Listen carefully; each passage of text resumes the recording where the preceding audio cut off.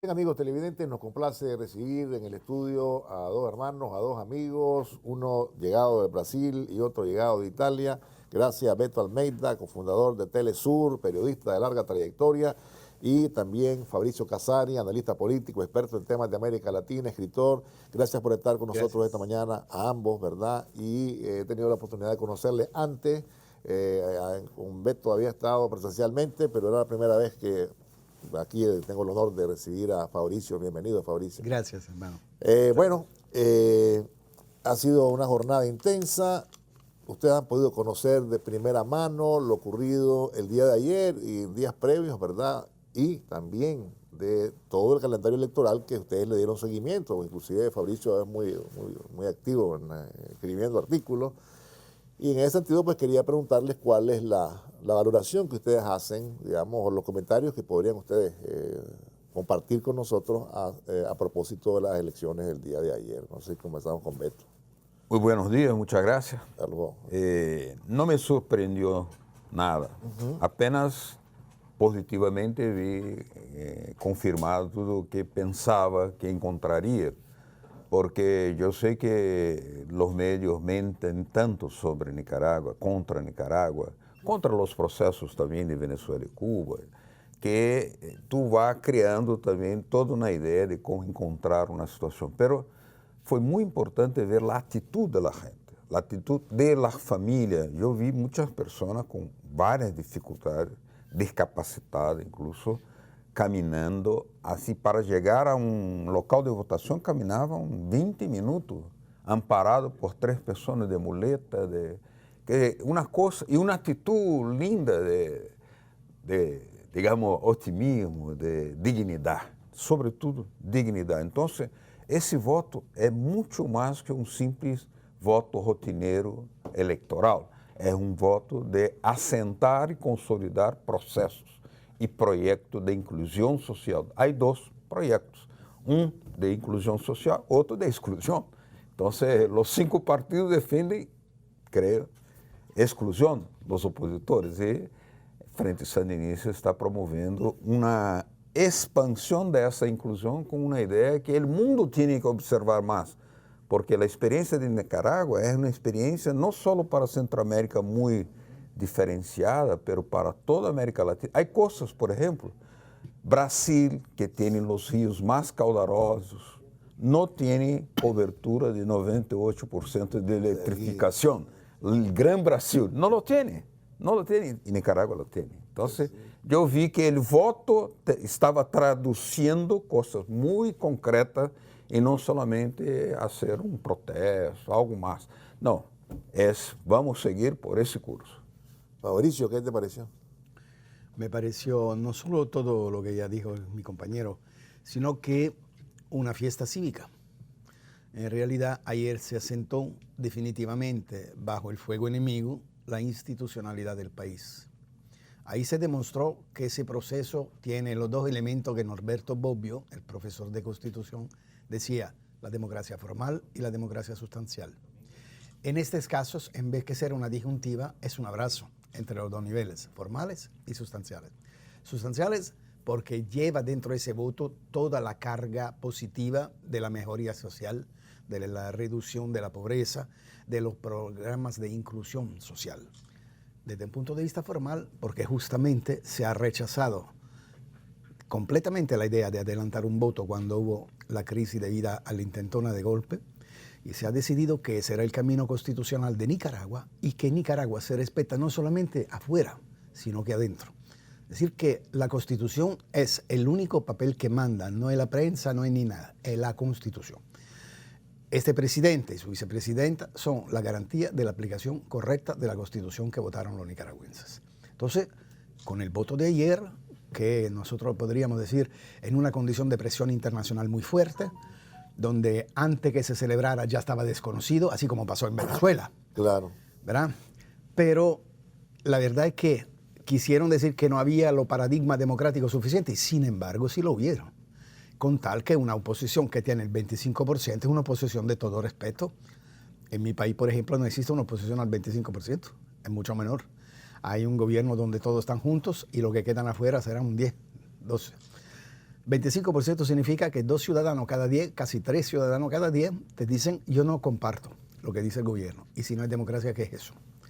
Pero no sería democracia el hecho que esos 2 gobernaran los 7. Entonces, la gobernanza de un país es la aplicación del deseo y de la intención de la mayoría. Y el Frente Sandinista, con ese voto contundente, demostró quién tiene mayoría. Por último, yo entiendo, pobrecita, a la derecha. ¿Qué va a decir en un programa electoral? Que ella quiere que la instrucción, que ella quiere que la salud, que ella quiere que los programas se vuelvan privados. ¿Qué va a decir que no le gustó del Frente Sandinista? Entonces, no es fácil, porque en realidad ese frente logró, ese modelo de Frente Sandinista es un modelo que va mucho más allá que la frontera de Nicaragua. Es un modelo el que impulsa, que es de sumo interés para toda la izquierda, sobre todo la light, que anda buscándose entre cóctel y cosas a cómo pasarse el día. Aquí hay un modelo interesante y de estudiarse y no de criticarse. Eso no quiere decir de que se pueda aplicar en cualquier lado del mundo y como sea, pero seguramente mucho más que en Nicaragua. Mucho más que en Nicaragua. Justamente decía de Brasil, no solamente de Brasil, yo creo que quien viene a Nicaragua después de haber llegado de un país de Centroamérica, así como lo hice yo, piensa que el piloto está borracho y se equivocó. Porque llegas a Nicaragua y encontrarás un país completamente diferente de Salvador, de Guatemala, donde pasé.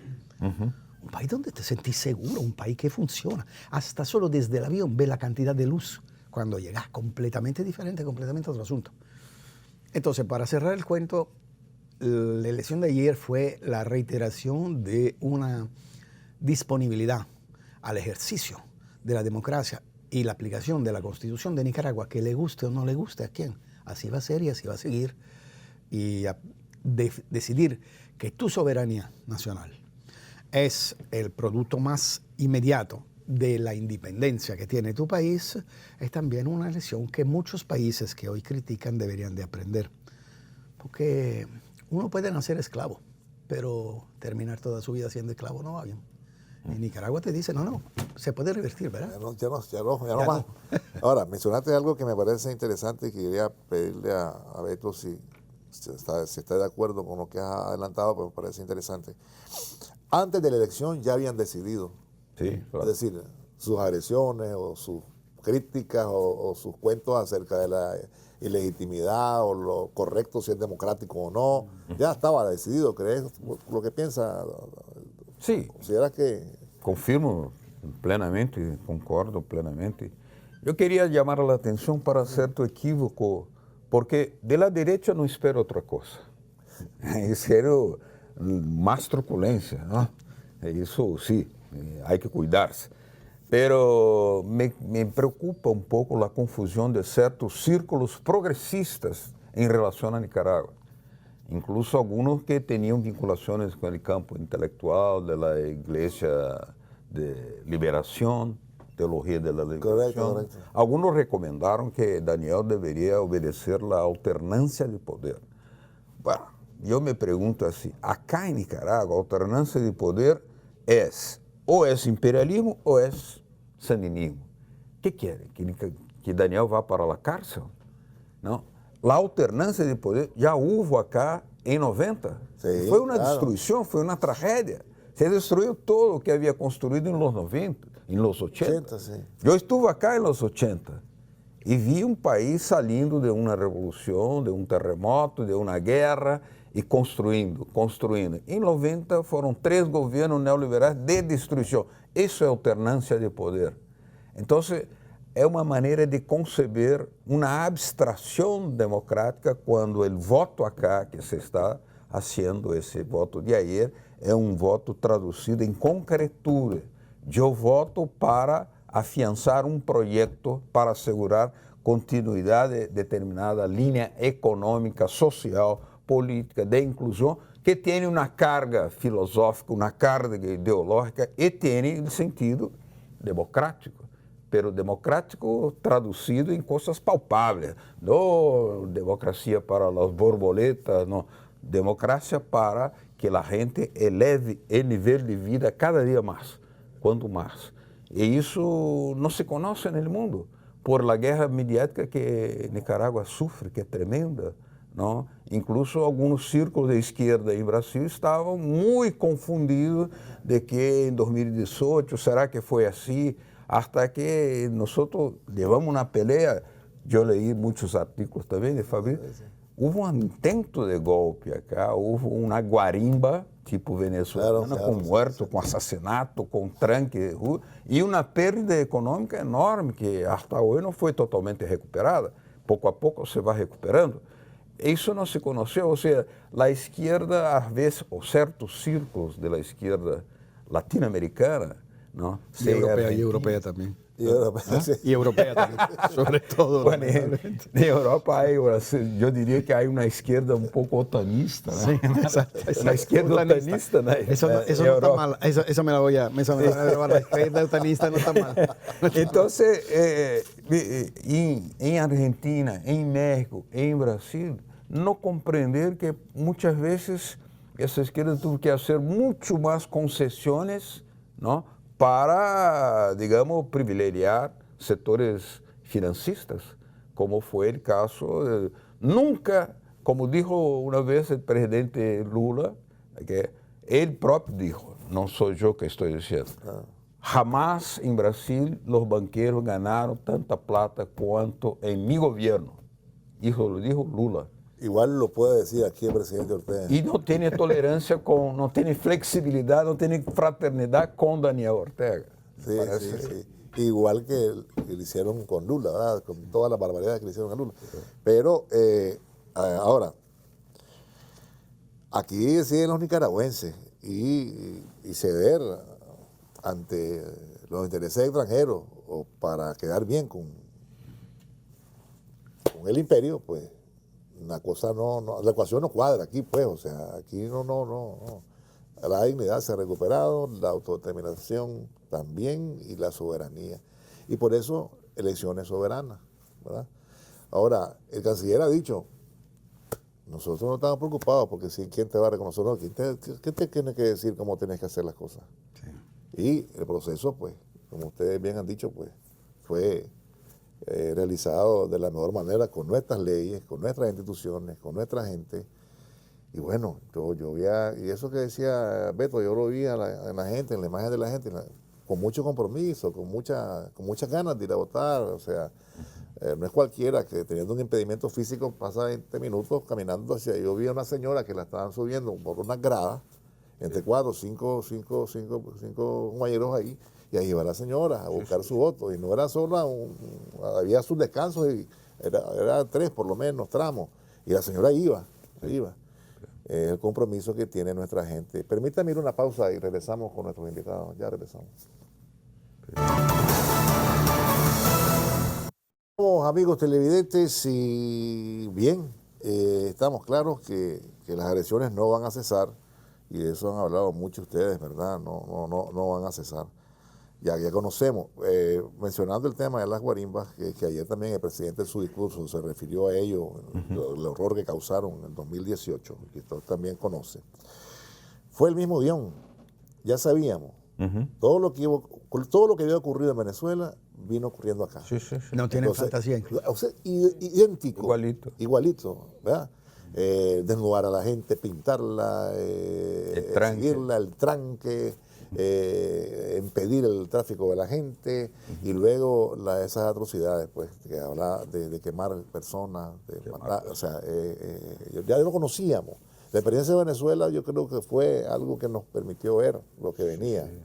Incluso acá hubo una cosa muy característica, se quemaron hospitales públicos, escuelas públicas, pero no clínica privada. Las privatizadas. No. Las privadas no, preservaron todas, ¿no?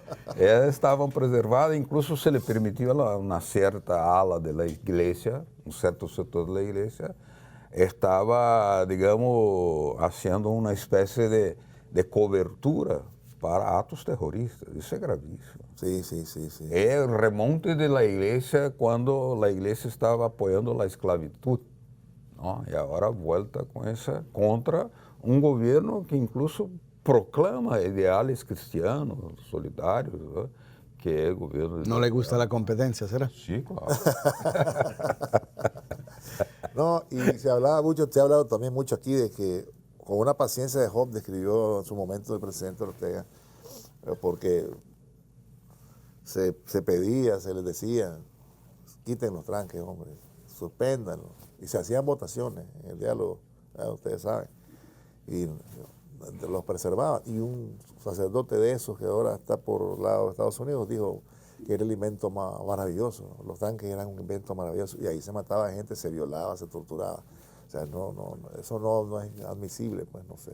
Sí, es que, mira, por un lado nos sorprende.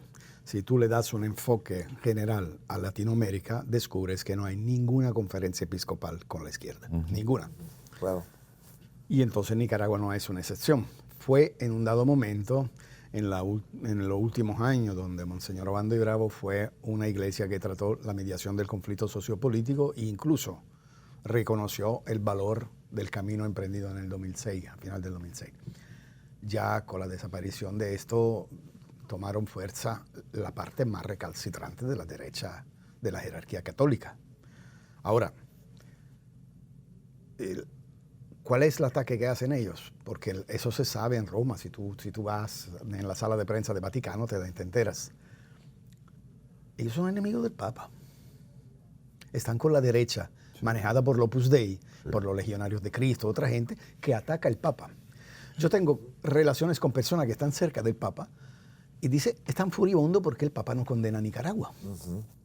El Papa no tiene ningún motivo de condenar a Nicaragua y todo lo que dice es la misma cosa que se pueden escuchar aquí, dicha por el gobierno nicaragüense. ¿Sí? La lucha con la pobreza, con las desigualdades, con un modelo de vida que sea completamente diferente, con un estilo de vida completamente diferente a lo que impone la derecha. Entonces, el tema no es solamente lo que tenían que hacer aquí. La cosa es que Nicaragua ha impulsado la posibilidad de decir que tú puedes ser cristiano, también en la forma, en el sentido de solidario, también en la forma que tú decides de acudir. La solidaridad aquí es un instrumento para reducir la desigualdad, no es la limosna. La iglesia entiende la solidaridad con la limosna. Bueno, claro. El gobierno de Reconstrucción y Unidad Nacional lo entiende como instrumento para reducir la desigualdad. Es una competencia tremenda. Y el surgimiento del evangélico y todo eso, que es un problema, no creas, porque en toda Latinoamérica ellos lo tienen esto. En ningún país, con la exclusión de Nicaragua, se ha dado una pinta de izquierda a eso. Pero, de todas maneras, para ellos es un problema. Veremos aquí cómo será, pero de ellos es un problema. Eso pone a la iglesia furiosa, porque es una iglesia atrapada al siglo XVIII. Necesita seguir el XX, al XVIII. Tiene una idea completamente equivocada de lo que debe ser su misión pastoral. Y ese es un problema serio por un país tan católico. Nicaragua incluso ha hecho concesiones al cristianismo nicaragüense. Pero ellos parece que lo que quieren es simple y sencillamente volver a ser la iglesia de la alta burguesía. Así como fue la iglesia del golpe, la iglesia argentina, así como lo fue la brasileña, así como lo han sido toda Latinoamérica. A ellos les encanta cuando tienen un golpista por abrazarse. Entonces, cuando le hace falta eso, es cuando el poder político con que necesariamente se tienen que confrontar y relacionar, es un poder político que no es así. Oye, Nicaragua hoy es el único país que tiene, el único ejército de Latinoamérica que no es golpista, junto a los de Venezuela y Cuba, y el único elemento sociopolítico de sindicatos, organizaciones sociales y demás, que ejercen la relación con el gobierno sin intentos golpistas. Porque la verdad es esto. Entonces esa es una democracia en el sentido pleno de la palabra. Históricamente nunca el poder de la iglesia ha ido muy de acuerdo con el poder de la democracia cuando es eficaz. Así que eso no me sorprende. Lo que me sorprende es que después de tantos años sigan, que no hayan aprendido la lección. Y cada día tienen una influencia menor y cada día siguen. Yo he visto ayer también curas invitando a no votar, participando activamente en la política. ¿Hasta cuándo la paciencia del gobierno de Nicaragua tolerará eso? Por mucho menos en mi país te meten una maleta en la mano y te dicen, ha sido un gusto, ¿viste? Entonces, yo creo que esa demostración que se dio de democracia ayer debe ser una demostración que aprende, más que el pueblo de Nicaragua, que ya lo conocía, que lo aprenden los países que están afuera. Él decía, esto decía de la izquierda, de cómo, qué necesidad de hacer. Mira, nosotros tenemos una izquierda que es la primera en el mundo en la preparación del cóctel. Nadie la gana. Tú te sientas en una casa, en el casco histórico de Roma, y los mejores cócteles te lo va a tomar cuando el Partido Demócrata te invita. Y cuando se trata de hablar de política, ellos tienen una izquierda otanista, como decía Pedro. O sea, me da risa. Es una línea política económica y una línea política internacional, sobre todo, completamente obediente a los Estados Unidos.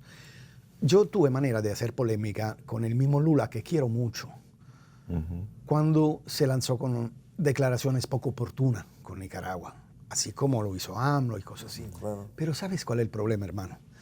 Esta gente se puede dar el lujo de creer que hay una alternancia, porque efectivamente se puede dar el lujo de creer eso. Viven en un rincón del mundo donde eso quizás es parte del juego de la política.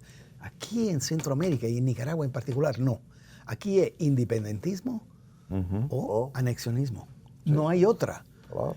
Y el ejemplo histórico que da el sandinismo es un ejemplo que tiene un valor evocativo muy alto. Aquí el presidente de Nicaragua, además que ser un estadista de nivel absoluto, es un jefe guerrillero que llegó al gobierno a través de la guerrilla. Y eso senta una imagen y evoca, y que haberse hecho lo peor que ha hecho por la izquierda europea, que a pesar que haya diventado presidente de un país, no se ha vuelto derechista, porque eso es lo que pasa frecuentemente. Y ese insiste con esa línea política que tenía antes de ganar, la sigue teniendo, si simplemente aplica lo que estuvo diciendo toda la vida. Eso es un defecto imperdonable. Es una cosa que no se puede tener, una ilusión con qué va a ser el imperio, la derecha. No se puede.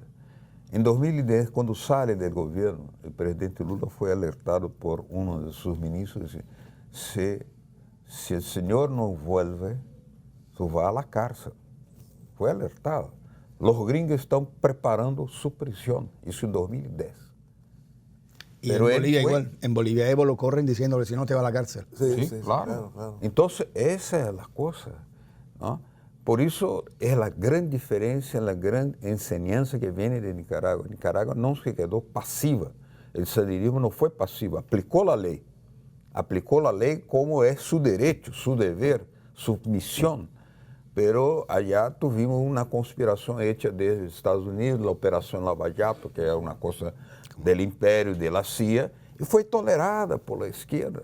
Y realmente llevó Lula a la cárcel, porque no hubo una reacción patriótica de defender la soberanía y perdemos todo, estamos perdiendo la Petrobras, la Eletrobras, las compañías estatales mineradoras, los derechos laborales estamos perdiendo, la previdencia pública, la seguridad pública estatal, que viene de la época de Getúlio Vargas, que fue el que creó toda la estatización. Estamos perdiendo, no logramos defender eso y vamos nos sentir en derecho de dar sermones a Nicaragua, a los sandinistas.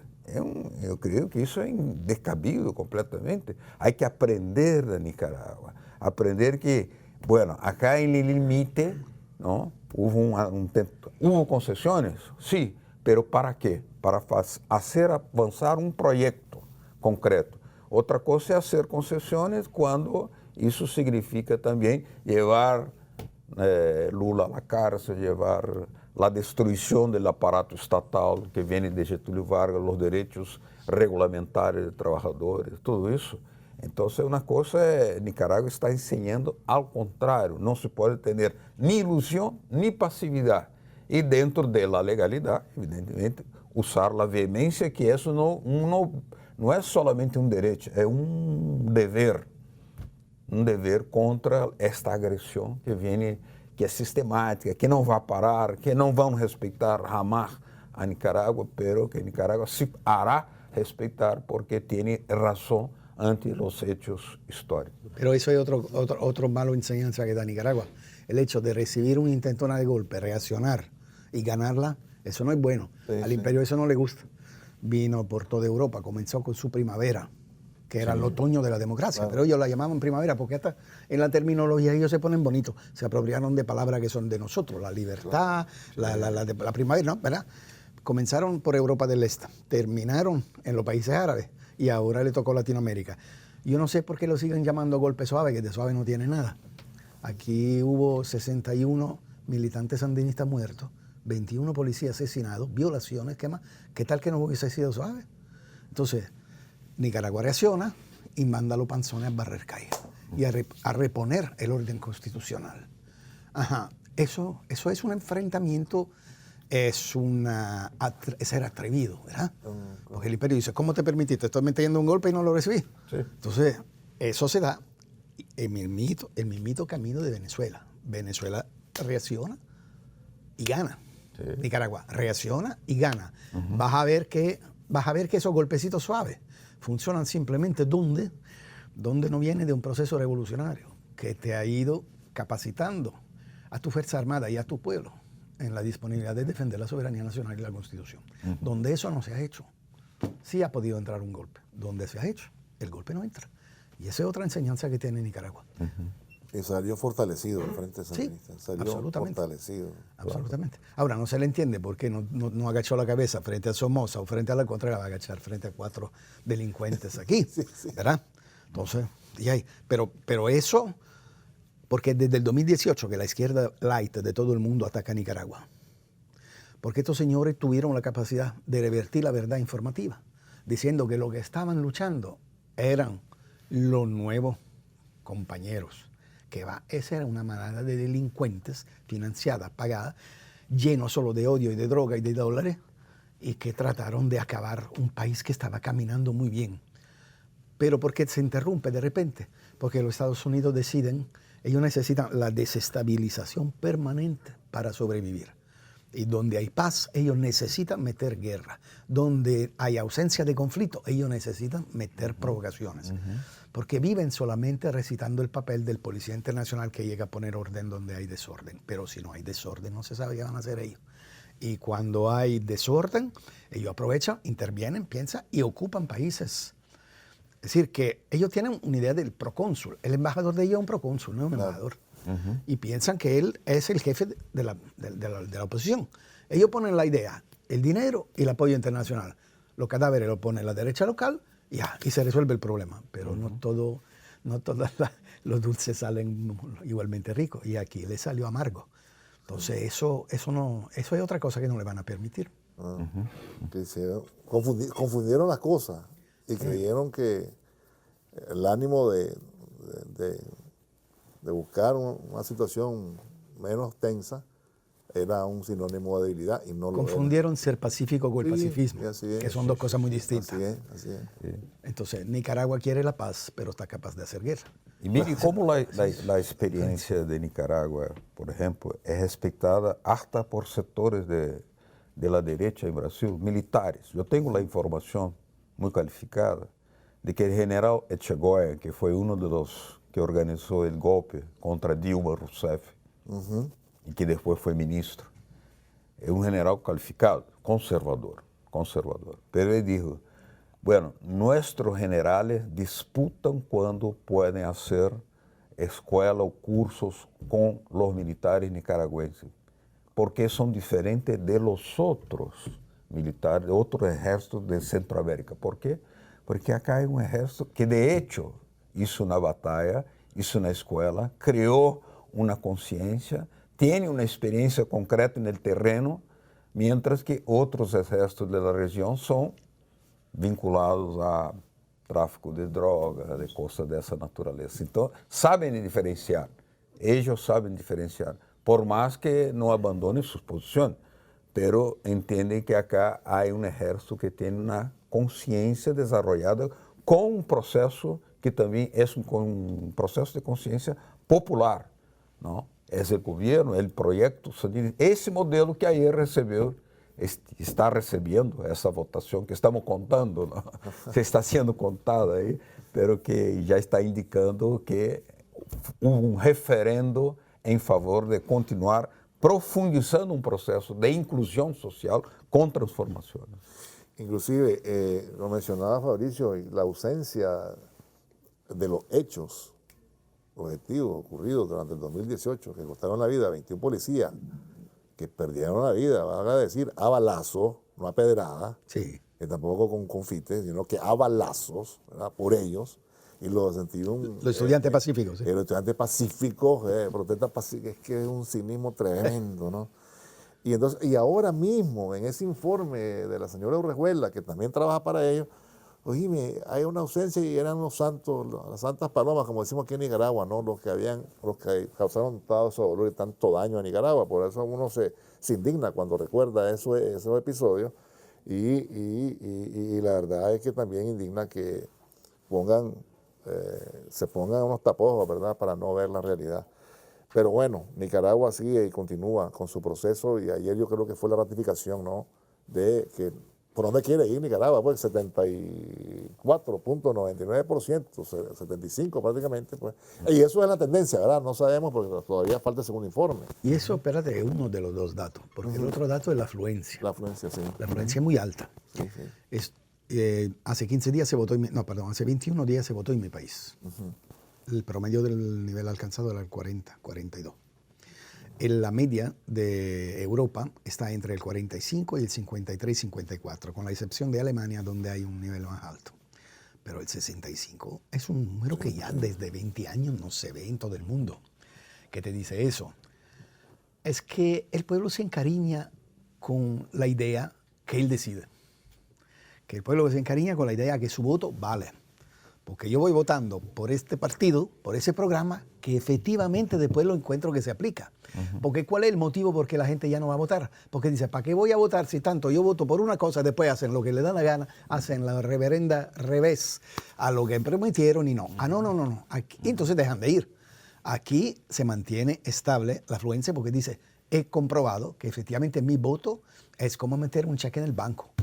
Sí, lo puedo cobrar. Y no necesito protestar porque efectivamente lo que compré con ese voto es lo que me están dando.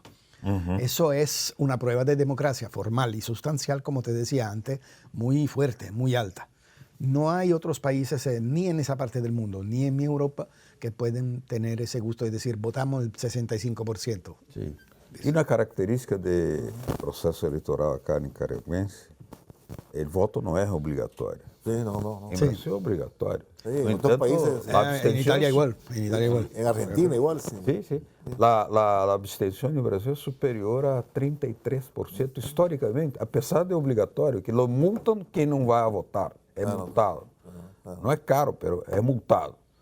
Entonces, mire que hay una decepción con el proceso electoral de Brasil porque es inconfiable en ese sentido, ¿no? Entonces la gente quiere más democracia participativa y no encuentra la posibilidad en ese momento. Pero en Nicaragua el voto es un voto consciente, no es obligatorio, la gente va para exponer al mundo su mensaje de dignidad de un país. Esos señores que fueron de 80, 90 años, que yo vi y seguí, acompañé, entrevisté en la escuela Benjamín Zeledón. Caramba, isso é uma coisa para estampar ao mundo e também para um certo setor de las esquerdas que têm alguma dúvida, às vezes, em relação a que está haciendo Nicaragua. A Nicaragua está haciendo um processo de inclusão social, ¿no? Então, há que expandir as políticas públicas, sim, expandir, confirmar, porque no mundo inteiro estão regredindo, estão sendo destruídas, ¿no? Com as exceções que temos, as exceções de sempre. Uma vez, a presidenta Dilma estava perguntando como é possível evitar golpes de Estado. Entregar el poder. Felicidades, no te preocupes, hermano, yo te lo regalo. Entonces, acá tenemos la prueba. Nicaragua muestra, ¿no? Sí. Cumplir la ley, movilizar a la gente, ¿no? Venezuela está demostrando, Cuba está demostrando, es posible, ¿no? Entonces, hay que Dilma le inventaron acusaciones, no tenía culpa de nada, no cometió ningún crimen, es una persona muy honesta, muy correcta, ¿no? Pero no convocó una cadena de radio y televisión para defender su propio mandato que la gente le dio por el voto. Entonces, ahí es una democracia Y las manifestaciones de 2013 fue como las de 2018 acá. No tuvieron la violencia como acá, pero fueron para derrubar a Dilma. Y lo lograron, lo lograron. Sí, sí. Con tolerancia, pasividad de gran parte de la izquierda que ficaram assistindo o governo ser derrubado. Então, os sandinistas também dão uma lição, um exemplo muito importante. Não há passividade nem ingenuidade e deve haver, sim, total cumprimento da legislação, dentro da legalidade. Hablando de lo que decía Fabricio, que aquí te entrego, pues nos vemos, ya me voy para mi casa. El presidente Ortega lo recordaba ayer y había contado el encuentro que tuvo con la jerarquía católica, ¿verdad? Sí. Que aquí, creo que fue en Los Palmes. Entonces él dijo ayer, recordaba, no pedían, exigían, entréguenle el gobierno a los terroristas, pues a la gente que vivía. Oíme. Sí. Entonces esperaba que el comandante dijera, sí, hombre, aquí está, pues hermano, ¿cuándo te lo entrego? Pues, sí, tomamos una cita para que no nos estemos esperando con el calor. O sea, sí, no, hombre. Es algo que es inaudito, pero bueno, pues. Es que si tú le vas a ver, hay una cosita que te quiero aclarar de lo que tengo en la cabeza. Nicaragua no tiene por tamaños, por población, por asentamiento geopolítico, no tendría una explicación a por qué tanto odio y tanta vehemencia en contra de Nicaragua. En fin, estamos hablando de un país chiquito, en una encerrona centroamericana, donde hay más terremotos que ideas. ¿Cuál es el problema? No estamos hablando del corazón del imperio, Europa, Estados Unidos. Es el poder evocativo y es la demostración que hay frente a la crisis mortal del capitalismo una manera de entender la economía y la sociopolítica diferente.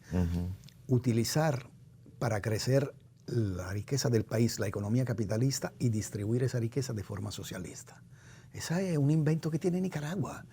Y tener un modelo que decide que la guerra es a la pobreza y no a lo pobre, y que dice que se puede aumentar el Producto Interno Bruto de forma horizontal, aumentando la cantidad de plata que anda en el bolsillo de los ciudadanos, y no solamente los provechos altos de las grandes corporaciones, y que llegas al final a tener un aumento del Producto Interno, bueno, te lo estaba diciendo en italiano, Producto Interno Bruto, del Producto Bruto, igual y mayor de lo que se tiene en los países donde esto es vertical. Esa es una escuela de economía política y de aplicación social de esa economía fantástica. La izquierda light está terminando el cóctel y todavía no ha leído, pero si se va a todo el mundo, entonces dice, ¿será que puede ser una forma de economía que incluye y no excluye? ¿Será que el crecimiento y la riqueza se obtiene también en su distribución y no solamente en su concentración? Eso es lo que evoca Nicaragua. Más aún cuando lo hace escuchando la palabra de Daniel y de Rosario, que evocan un modelo de sociedad que es alternativo de por sí al capitalismo salvaje. Dice siempre el comandante de que el capitalismo salvaje es la peor pandemia que hay en el mundo. Palabras sagradas deberían ser puestas en el mármol. Es así. En los países donde el capitalismo salvaje se ha desarrollado al punto más alto, ha llegado al punto más bajo la condición de vida de los seres humanos. Eso es indiscutible. Entonces ya solo por lógica y no por participación ideológica uno dice, bueno, vamos a ver cómo se revierte. En Nicaragua se está revirtiendo. Eso es el ejemplo malo, eso es el odio que desencadena Nicaragua, porque si no, no tendría sentido. A ver, un paisito. Sí. El poder del ejemplo. ¿Qué problema puede darte? Claro. ¿Qué problema puede darte? El poder del ejemplo es muy fuerte, muy fuerte. ¿Quién podría, por ejemplo, imaginar que un país como Brasil, que tiene 250 millones de cabezas de ganado, 220 mil brasileños de población, y no tienen la gente está pasando hambre, la gente está pasando hambre, volviendo a buscar en las basuras placentas, basuras hospitalarias, buscar placentas humanas para comer algún tipo de proteína. El modelo liberal de aquí, que en la chureca había cola para comer, ¿viste? Sí. Entonces, esa es la cosa, ¿no? ¿Cómo tú puedes imaginar que un país como ese, y Nicaragua tiene 97% de las localidades con agua potable, y que en Brasil, que es una de las 10th mayores economías del mundo, no tenga mitad de saneamiento básico en toda la población y agua potable? ¿Cómo explicar? Porque es un modelo um modelo de exclusão que está implantado, funcionando, que Darcy Ribeiro chamava a máquina de molir gente. No, sí. Molir gente, ¿no? Que viene desde la esclavatura. Es lo mismo, ahora moderno, pero moliendo gente. Eso es. Entonces, el modelo de Nicaragua tiene la fuerza del ejemplo. Yo les agradezco a ambos, gracias por haber estado con nosotros, el tiempo nos ha alcanzado, ha sido un verdadero placer conversar con ustedes. Gracias Estoy a ti, seguro Alberto. que nuestros amigos y amigas televidentes, compañeros han también aprendido con ustedes. Les agradezco de nuevo, vamos a irnos a la pausa, no se vayan, ya regresamos.